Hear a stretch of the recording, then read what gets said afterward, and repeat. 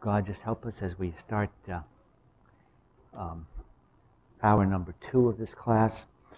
But I want to go back to what Grant said. He was asking the question about like dysfunction and sin. And then Richard Shepard gave the example of like the outreach leader who had gotten involved with some sin in his life that may disqualify him from the office that he's holding in the church. And just a little aside of that is that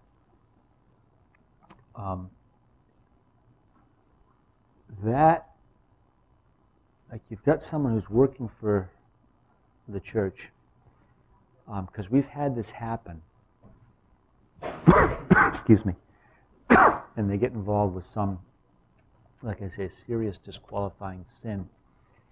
We've had situations where like the department like deals with it, you know. I don't want to give any examples because I don't want to like uncover, but maybe in this situation someone's out doing something, Pastor Coop finds out about it, and he goes and deals with that person. What the person's doing is serious enough, possibly, I'm not saying in the example you gave, but it might be serious enough and extensive enough so it's really a matter of really church discipline. Like the church is interested in what's going on here because it has the potential of really affecting the church, but you end up with a department that may be close to that person or very interested in that person, may be interested in maintaining that person where he is, maybe having a personal relationship with the individual, and an investment that they think that they can handle the situation, and so they supposedly take care of it. But then later on, like the pastor finds out, it's like, I mean, this is going on, and you didn't even tell me. See what I'm saying? So again, that's a situation we have sin, but we deal with it like it's an organizational problem when it's really a body problem. Did you get that, Grant? That point I was making? So just to, you know, that's a mistake that we can make as like a manager in a department. You know, oh, this person belongs to me, and I can deal with it any way I want to. Well, you can't, you know. You need to be covered by the person over you, and you need to have enough, you know, common sense and knowledge to go and get that covering. Okay. And I think I know I mentioned this, but I just wanted to say it when I'm closing my eyes a lot tonight. I'm having trouble concentrating because I was telling Chad I had a long weekend and I'm not operating with full reserve power tonight. So I gotta go easy on myself and make sure I don't misspeak myself. But this, you will find yourself in situations like, okay, you know, famous example, I should never, like in terms of function in the church, like my department breaks down, like you know, I think this has happened once in 5 years. Finance office, or twice in 5 years, finance office doesn't get the payroll out on schedule. That might be an example, okay?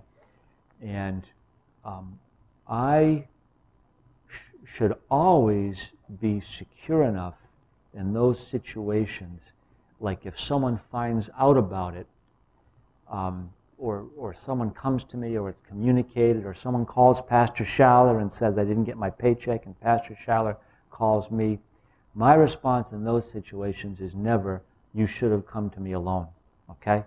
I could care less whether you come to me alone. Get me the information I need so I can fix what I am doing wrong. I don't care how it gets to me.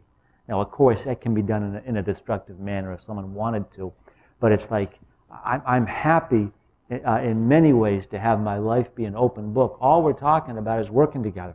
It's like being on the football team. You know what I'm saying?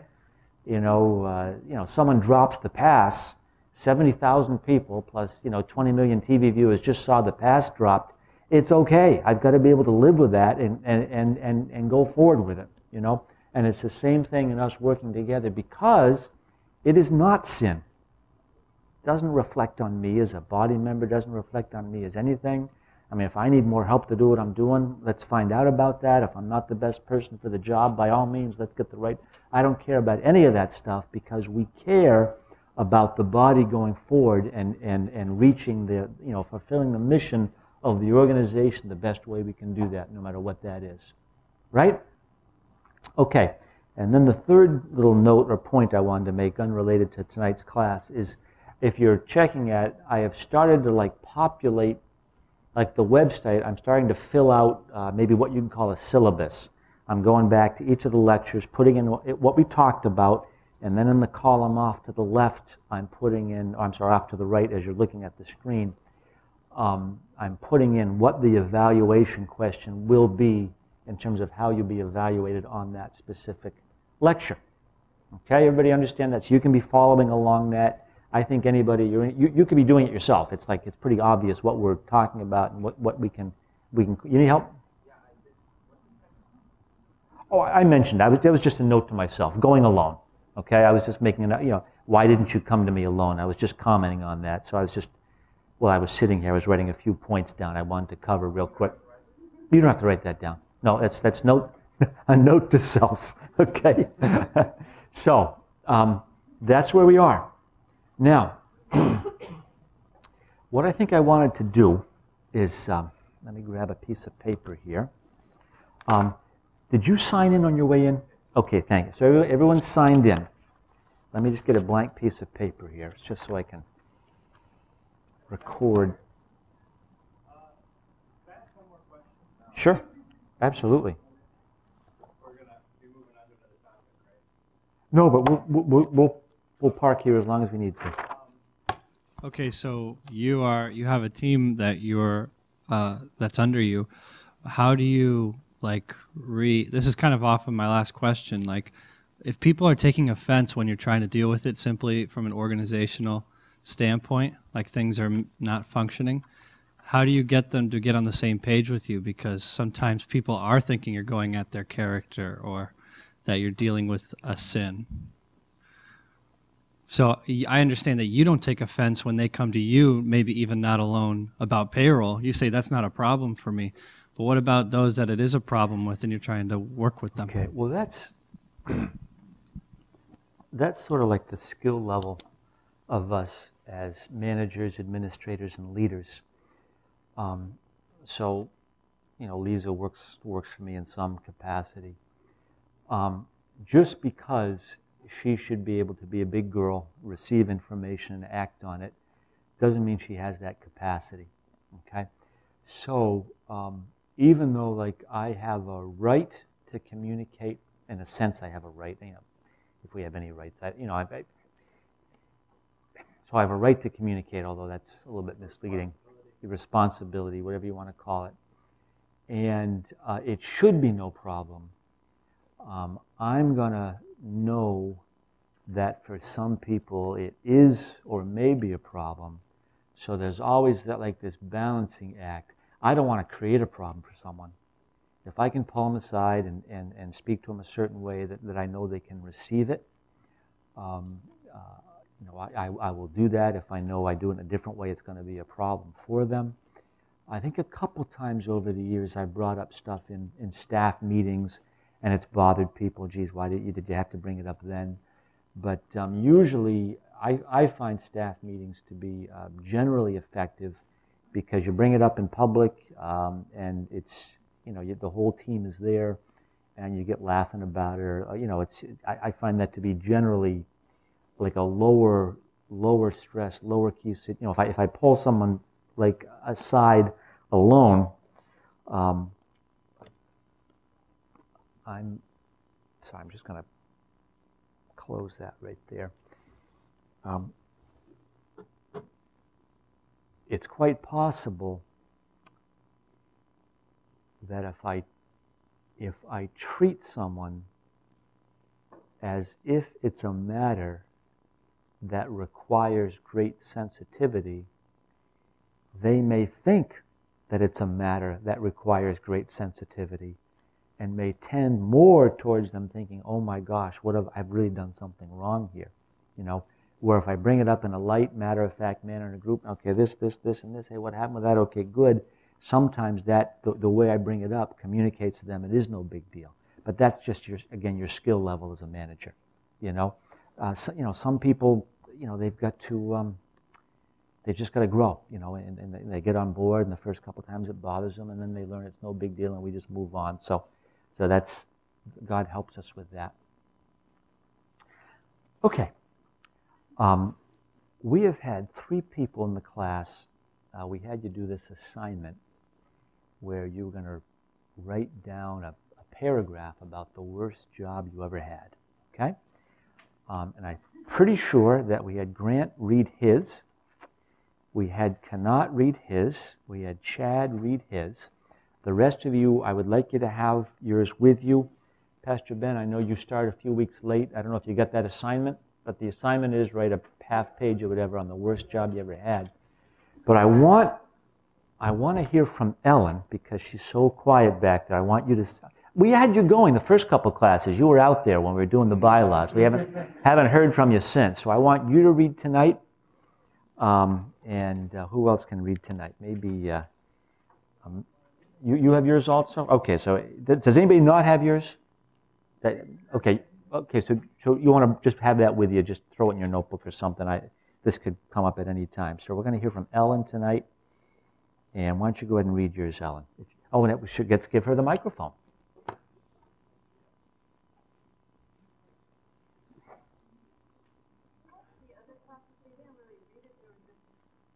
Oh, explain it if you want to. Talk about it. You don't have to read it. Just give us a little explanation of what it was.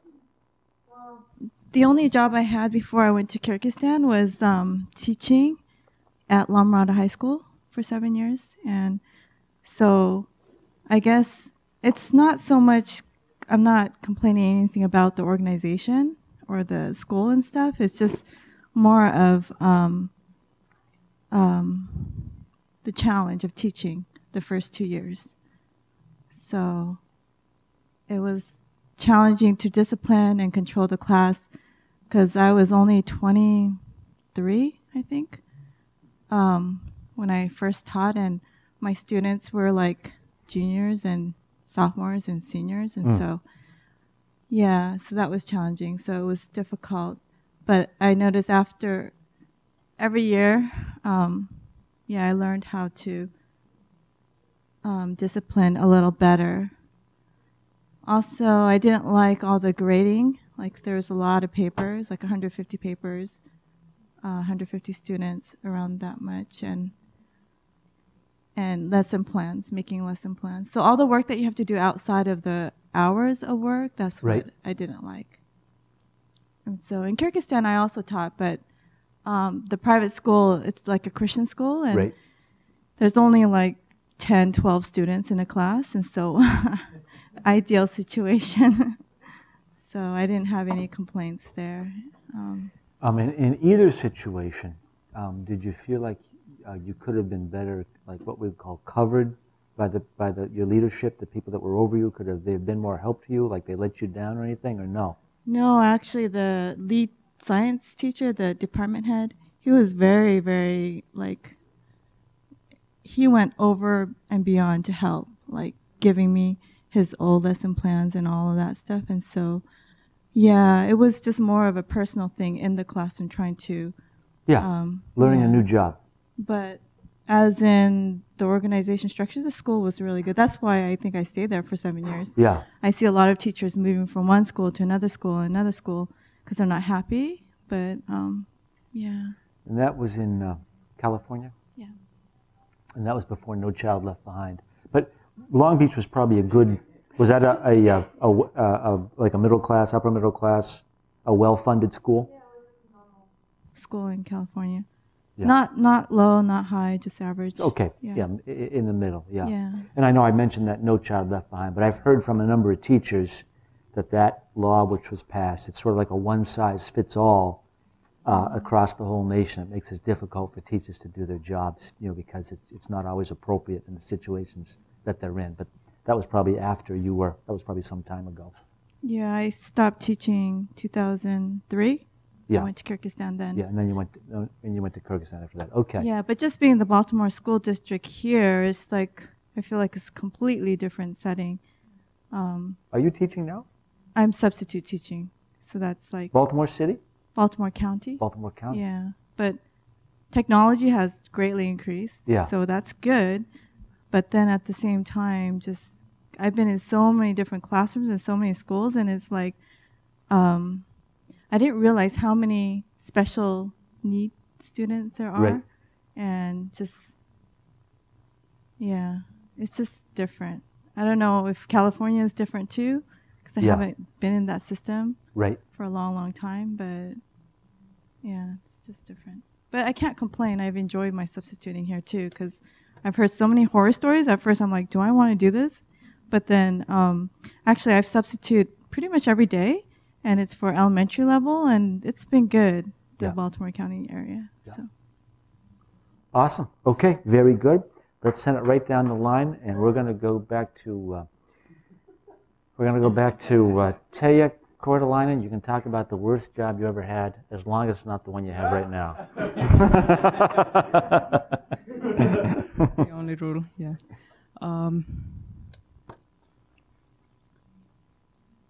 Well, I have had few jobs, but of this I could tell it was interesting situation. I needed extra money one summer, so I worked like 2 weeks, 2 to 3 weeks in this company, and the job itself was all right, but what I found so uncomfortable was those two ladies who were my supervisors, that they were like dual leadership. They had they made turns. Both of them were in their own personal life was completely messed up.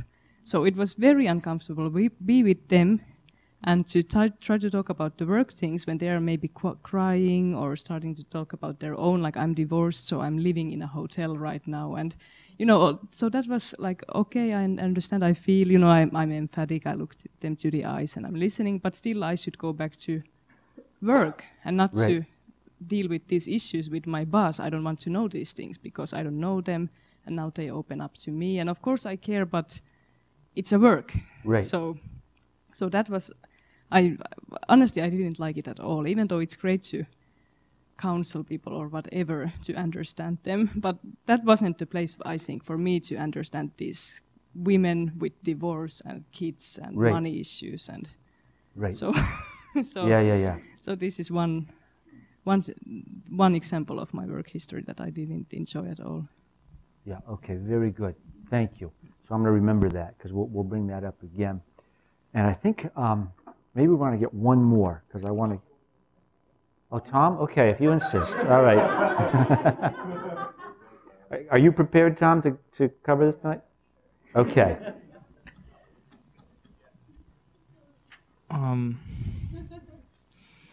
So I wrote about, I worked at a golf course when I was 17, and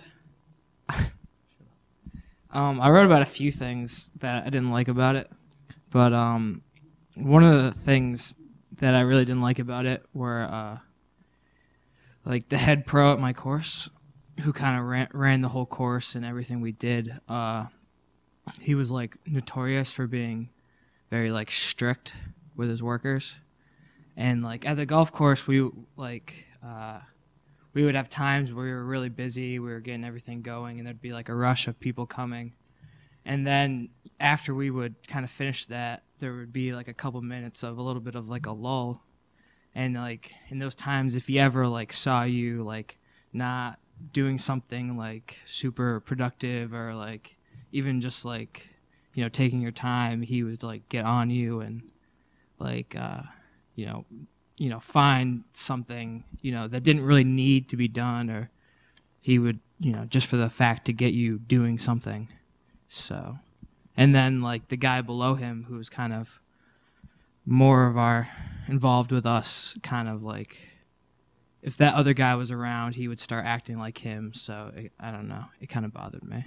All right. I think you said it, and maybe someone else would want. I just realized, Amanda, we already heard from you too. All right, it came back to me now. Okay. And what you said was very helpful also. But let's. Okay, so Tom, help me out with this. here you are. How long was your shift? Was it 4 hours, 8 hours? How long would you be there? Probably from like 6 to 8 hours. So it's a full day, or close to a full day. Either we'd start early in the morning or come in the afternoon and work Okay. until closing. And again, I don't know how strenuous the work was. I don't know what it was like.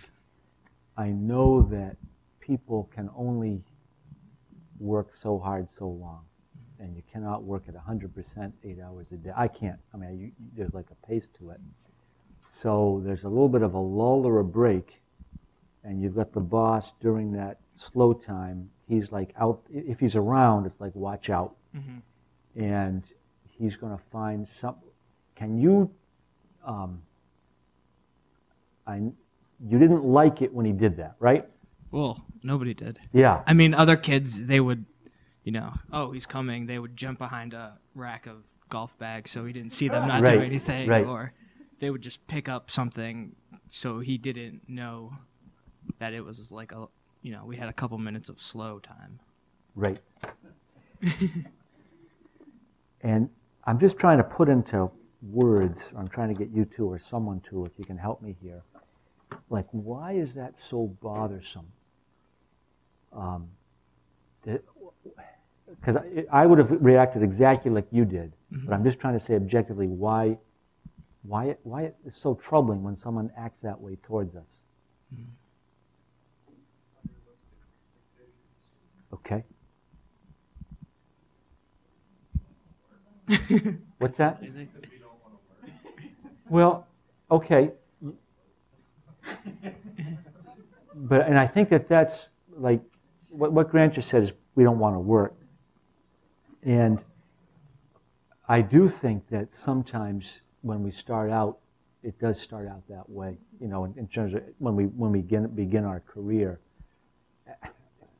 But I don't know if people don't want to work. I don't know if I know what you're saying, and I know there's some people like that, but I don't know if that's most of us. And where I kind of want to push the pendulum over to is, I mean, I don't think Tom did. I think you worked, right? Did you not want to work? No, I mean, we would have time to have a big outing at our course. Yeah. So in the morning, we would just be going and going and going. Right. And then we'd have, a little bit between when we got it ready and, people showed up and they'd be like, go sweep this remote corner of the parking lot. Yeah. There's leaves there or something. You're like, right. Really? Yeah. And again, the attitude in which that is said also, like what you just said, it's so important to them that they get every last penny out of your time, that they are making up stupid things for you to do just for the point of getting you to do something. That's how I would look at it. And it's like they're trying to, I know some of you have heard these. This is like one of these management book, things. But like there's this idea of your boss is trying to catch you doing something wrong as opposed to trying to catch you doing something right.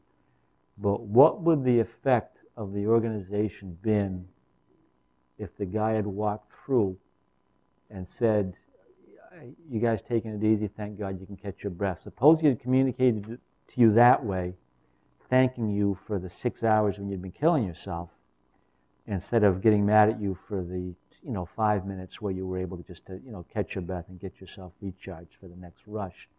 I don't know what the effect would have been. It depends on the type of employees you have. If you got 20 guys who are all trying to dog it and trying to get away with as much as possible, and then the discipline breaks down and people get the idea I can do whatever I want, it could go that way. But I think that it can go a different way.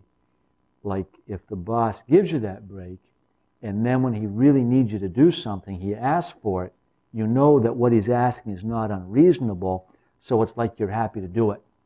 Like at the start of the day, guys, I know it's a busy day today. If you get a break, it would really help me. Maybe these leaves in the corner of the parking lot really are important.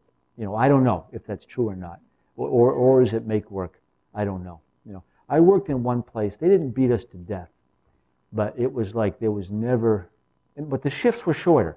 There was a restaurant I worked at. It might be like a lunch shift where you're working from 11 to 3 or something. That's different than working 8 hours. I wanted to get out anyway. I want to do my work and go home. So if there's cleanup and, you know, how many people have ever worked as waiters in restaurants? Okay, same as side work, you know what I'm saying? I never minded it so much, but just to keep myself moving. Grant, your hand was up, and send the mic down to him. Yeah, like what Tom was saying, I have like similar at my work. Like we have radios and they call us, like we do maintenance on buildings, and it's like when something breaks. So like when nothing's broken and nobody's calling the office to get something fixed, like what are we supposed to do? Right. And it's also like if our boss walks around and sees us, it's like, Right. What are you doing? There's like a part of the parking lot that needs to be swept. But also like the side that if he would come and say, oh, well, good job. You guys have been working good today. Catch your breath for 5 minutes. Then it would become a habitual thing. Every day, the guys would be sitting there and saying like, oh, well, I got nothing to do. The boss said it's cool for us to sit and catch our breath. Right. And maybe like 3 hours out of the day, they don't get called on the radio, so they just abuse it. Yeah, so discipline would break down. Yeah, and like we have scheduled breaks. Like 10 o'clock, we have a 15-minute break, and 2 o'clock, we have a 15-minute break. So any other times we're supposed to be doing something, and that's up to us. Like whether it's just walking around, whether it's greasing a machine or something, like that's our decision. Yeah. Yeah, and again, this is, of course, a church administration class, so you're probably not going to find yourself in some of the situations that are being talked about here as often. It won't be as much of a problem. But it kind of goes both ways, where, and of course we're on the management and leadership side, but you will get back, generally from your people what you project on them. You know what I'm saying? If you treat people like they're lazy and they don't want to do anything, they will act that way. If you treat them like they're energetic and there to help, it will go that way also.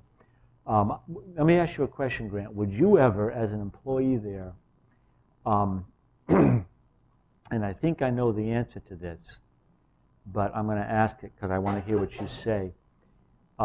You work there, you've got the microphone, you finished an assigned work, you've got some downtime. Would you ever call your boss and say, hey, I finished such and such, I'm available, is there anything I can do to help? Would you ever make that call? Yeah. Okay. Because like they like my radio is pretty crappy, to be honest, and I always worry, like, are they calling me? So I call in and I say, I'm here, I just finished this job, is there anything that you need? 9 times out of 10 it's no. So okay, no, we're good, Yeah. but they know they can call you back and you're willing to do it. yeah. And I'm glad to hear it. You don't get in trouble for making that call. Oh no, they encourage it because they're like, where are these guys? Like Yeah, we have a flood on the 3rd floor in this building. right. Where the heck is everybody? Right. But they're not making up things, busy work. Yeah, they are though. At Yeah. times they do. Oh yeah, a lot of times. Like, Okay. Like out of the day, like an 8-hour day, maybe there's like 3 hours of actual hard labor, like actually doing stuff. The rest is just busy work. you Yeah. know? And it's busy work, not really good work. I mean, No, you do it or don't do it. Yeah, it doesn't really matter. So if I ran that organization, I'd be asking myself, I've got excess capacity on the part of my staff. How many people are in your situation with radios? 20, you said? Probably like 55. You got people. 55 people with radios. And what can I do better to fill up this time? Not to kill them, not to beat them to death, but in a sense, especially in the church, for their own benefit. I mean, being on the clock or, whatever it is, but not doing anything, not being productive is not healthy, And also, like, they try it, like you said, try to, like, get the best out of them. Right. Like, we would have worksheets that we were supposed to fill out every day that tracked our work from 7:30 to 4 o'clock. And it was, like, everything that we did. But Right. they're so liberal. They're so not, what is it? Like, they just let it go. Like, oh, you don't do it, who cares? Whatever. Yeah. And again, I don't know what the business is, so I don't, I can speak freely because I don't know who it is, if it's anybody I know anything. But the 50 guys with radios, do they need them all? Or sometimes they really do need them all because of there's enough emergencies. Yeah, because we're in charge of like 20 different buildings that are spread out through probably half a mile radius. Right. So if there's an emergency somewhere, or like the way that the system is we have one base. There's one centralized base. Right. And if there's a problem from down the street, somebody calls that number, hey, my door's not locking. Okay, so they call somebody in the radio that's in that building, and they go and fix it. Right. Yeah. So they do use the radio. It's Yeah. highly... And at times you need those 50 people. Like there's a... No, never, no. Could they do it with 25? Yeah, definitely. Why don't they? I have no idea. It is exactly. It's union, and it's There you go. it's very like very funny example. Like we were in an all maintenance meeting, so that means all 50 guys are there, 55 guys. In that same building on the ground floor, there was a flood, and there was about 3 inches of water Right. on the whole floor of the whole building. So some guy went down there and he calls on the radio, we need every guy downstairs in the basement now. Right. And we have 5 vacuums, 5 of these 55-gallon drums. Yeah. Okay, we have 5 vacuums, 55 people. What are the other 50 people going to do? Perfect example of like stupidity. Like, why are there 50 people here that aren't doing anything? Okay. All right, good. Okay, so thank you. We're going to bring these things up from time to time. The reason we do it is because I want you thinking this way. Okay, I want you to be thinking about why things don't work. Again, with an eye towards when you're in that seat, and you may be or you will be, how do we make things work? And how come people don't do things better than they could be doing them? And lots of times it's stuff that's inside of us that's uncomfortable, that requires me to be a different person or to lay down my life or to get capacity from God, and I'm lazy and unwilling to do it. So it's easier to get mad at people and do things the wrong way because it keeps my flesh alive than it is to fix things, and we want to be different. We want to be different in the church. Okay, let me just flip back a page over here. Is everybody okay?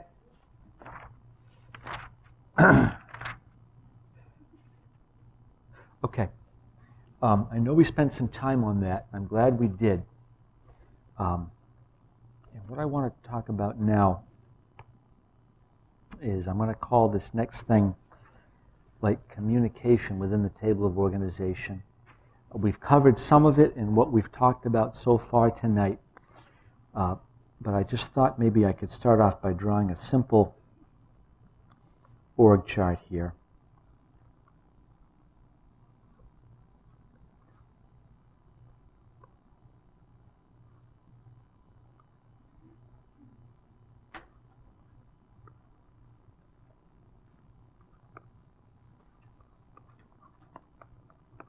Okay, so that's just a very simple organizational chart. And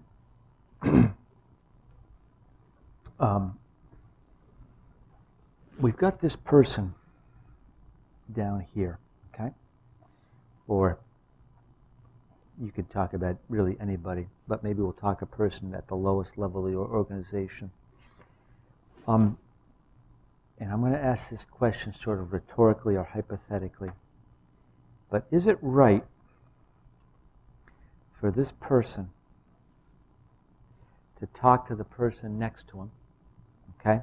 Or to talk to a person in another department, okay, about the job? Like how do those interactions go, okay? And I would say in the organizations that we want to run, we want to be encouraging communication and interaction. We want to be glad when people are talking about their jobs, talking to those around them.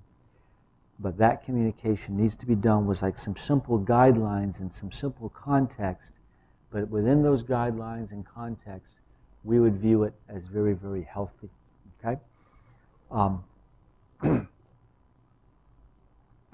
And the guidelines that we would talk about, that I would say, is that these interactions happen in the context of policy existing. Okay?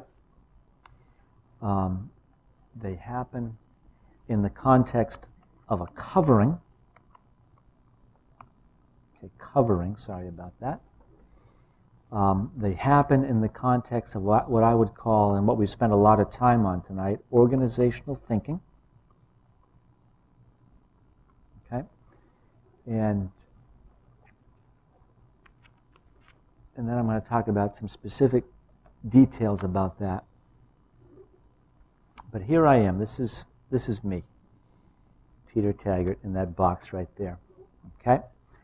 I've got someone working for me. They're talking to the person next to them about the job, or maybe they're even going into another department talking with them about the job. Do I want that happening? And I would say, yes, I do. What I don't want happening is like that to become negative communication and complaining. But if this person is talking to this person about what we can do better, like I would thank God, I would get down on my knees and weep and thank God that the people working for me are thinking that way. And I'd be happy about it, number one, because I'm not insecure. Number two, because I need all the help I can get.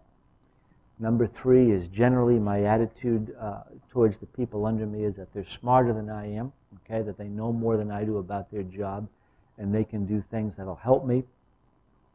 And number four, that for the organization to go forward, it's not all on me. There's somebody else who is actively involved in making this organization go forward, okay? So I like this example of talking to the person over here in the other department. And they interact because, of course, my department's a very good example because it, just like housekeeping, it interacts with every other department on the campus. There's always an interface there. We work for everybody in some sense. So there's always something to talk about. Here's what I don't want happening. I don't want this person talking to this person about problems that happen over in this department, okay? Because the person in the other department, number one, knows nothing about them. There's no edification there. That's like Taya having to sit and listen to someone's problems in their home. She cannot help in that situation. Of course, she's a friend of the person, but it really let's meet, for coffee after work, off the clock, and if you really want to, talk along those lines, perhaps I can do that. So I don't want them talking about what goes on within the finance office or within my specific box, because the person out there, there's nothing that person can do to help that situation. And furthermore, I would put it this way, that person is not equipped by God to even be handling that information, because there's nothing to do with them, okay? Pastor Ben's married, he has a wife, he's got a child. There's things that go on in that home that have nothing to do with me, and I'd be happy not to know anything about that. If he needs someone, counsel along those lines, there are people that can help him. I'm probably not that person, okay? If there's problems within the department, okay, well, can this guy talk to this person next to them about things that are going on in the department that could be better? I would say absolutely. I encourage that type of interaction. But in terms of taking action on it or doing something about it, we have to remember we've got a forum for that, namely the team meeting. But it's not so much that we're worshiping the team meeting.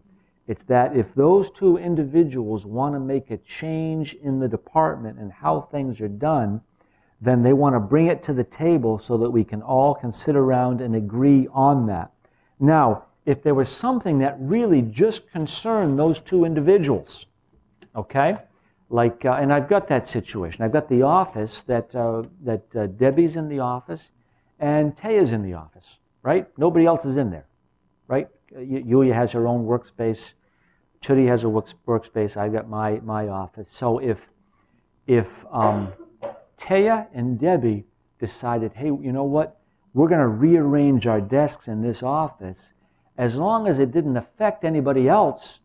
Like if no one else used that space or it didn't affect anybody, I would say, I mean, they might want to just say, Pastor Taggart, by the way, we're doing this. But me, and that's why I want you reading this book, Maverick, and thinking about it, not just whipping through it, but pondering what this guy's saying. It should be like, of course, you can do that. I mean, you don't even hardly need to ask about that. I mean, what do I really care? You have the freedom. I want to be empowering you. And I know this word empowerment, that's like a word that's used, can be out in the world system, but I think it can be a very good word. I want to give you the power to make your life better and make your job better. I am not so insecure that every move you make I need to know about and I need to be consulted on. Okay? Just the opposite. Go ahead and do whatever you want to do. Okay? But as soon as you're doing something that affects everybody else or could affect somebody else, then I want to know about it. And the way it could affect somebody else is like there's certain things that we do that are really a matter of like procedure. Like in a sense, you know, Taya has a desk and a job. In a sense, it's hers. In a sense, it's not hers at all because she's not always going to be there. Okay, so that's the other side of it. Are there certain things she's doing, and there is in her case, that the whole organization is interested in because there's the integrity of the organization is on the line, which it is. So I'm very, very interested in the order and the way in which she does things. You do the whole, you enter the checks from the offering. Is that your job, Taya? We've got a machine. It's really, it's really kind of cool the way we got like a check reading machine. It images them and reads them and does all sorts of things. So that's a process that we work like very, very hard on. It goes a certain way, and she's not at liberty to change that because she is operating a procedure that we developed, that we put her into that slot, and we want her doing it this way. Does it mean it can't be changed? No, of course it can be changed. I welcome that. And if she's talking to the person next to her, Debbie Westera, about what do you think if we were to do it this way instead, and Debbie is saying, I think that's a very good idea, or no, I think it's a bad idea. Again, I'm very happy about that type of interaction, but not if she starts making changes, if she cuts a deal with Debbie to make a change and doesn't tell anybody else about it. At that point, it's like, oh my gosh, I've put my life into your hands, and now you're taking my life and you're dangling it out the window and might drop it. So this is the thing. So it's under the context of policy, okay? And that's just kind of an example, but it's a good and important example. If what you're doing, if you're carrying out a policy, you do not have the power to change the policy. If you want to talk to someone about the policy, by all means, talk about it. You're going to do it in a positive way. You're going to talk to people that it affects. You're not going to say, make comments like, I got this policy, but it's, Pastor Taggart, is a jerk, and that's why he wrote it this way. We're not having that type of communication. But if it can be improved, that's what you're there to do. But in the meantime, you're going to continue to carry out the policy. And then the second thing, you're going to use your covering, okay? Which is, I think I've mentioned this once before, but I want to say that the most profound statement I ever heard from, I've heard many profound statements from Pastor Lange, but he became my immediate supervisor probably going on, 5.5 years ago. And I was like, really it's like, we all want to have freedom. We want to have we want to feel like we're somebody, like we have, a measure of autonomy. So I'm trying to figure out, Pastor Lange, what do I have to ask you about, and what do I not have to ask you about? Okay? When can I just make the decision, and when do I got to run it by you? And I was really trying to pin him down on this, and some of that's probably coming from a certain amount of insecurity and wanting to have some freedom and to know who I am. But it's like, Pastor Taggart, it is very, very simple. if you need to get covered, get covered. If you don't, go ahead. So he throws it back on me, and if this rises to the level that this is something I need to know about, run it by me. And if it's not, go ahead. So now it's back on me to keep myself out of trouble by having a sense of what he needs to be knowing about and what he doesn't. And I've been at total peace ever since then. And I tend to err on the side, maybe not err on the side, but frequently I will copy him on emails that, to a department head where I think things are going a certain way. I might want to copy him. And it's for my benefit to know I'm covered. It's also for the department head's benefit to know I'm not on my own, that I'm not like a cowboy. But there's all sorts of stuff that goes on within my department that I don't ask about. We make these decisions because it's our department. There's certain things he's interested. Are we doing the job? Are we doing it with integrity? Are the people within the department happy? I can't fire anybody. I wouldn't want to, but I couldn't fire anybody on my own. Have we made changes over the years? We've made a handful of changes we've made. But within, and then finally, so is there a policy that's being talked about? Can't change a policy by myself. Is there a covering I'm under who's interested, and am I in good communication with my covering? And then finally, am I exercising organizational thinking as opposed to body thinking? All right? If I'm talking to the person, from here to the person next to me, and I'm talking about things that are not organizational, but they have really had to do really over on the church side, like evaluation of a person as a body member, sin in someone's life, all that type of stuff. That there's a line right there. We're not going to have those types of discussions. That's over on the church side. If I want to talk about that stuff, go to the pastor and talk to him. Don't talk to the person next to me. Okay, it's 8:15. We're going to start up again at 8:26. Is this making any sense, or am I like losing you on this? Is this okay?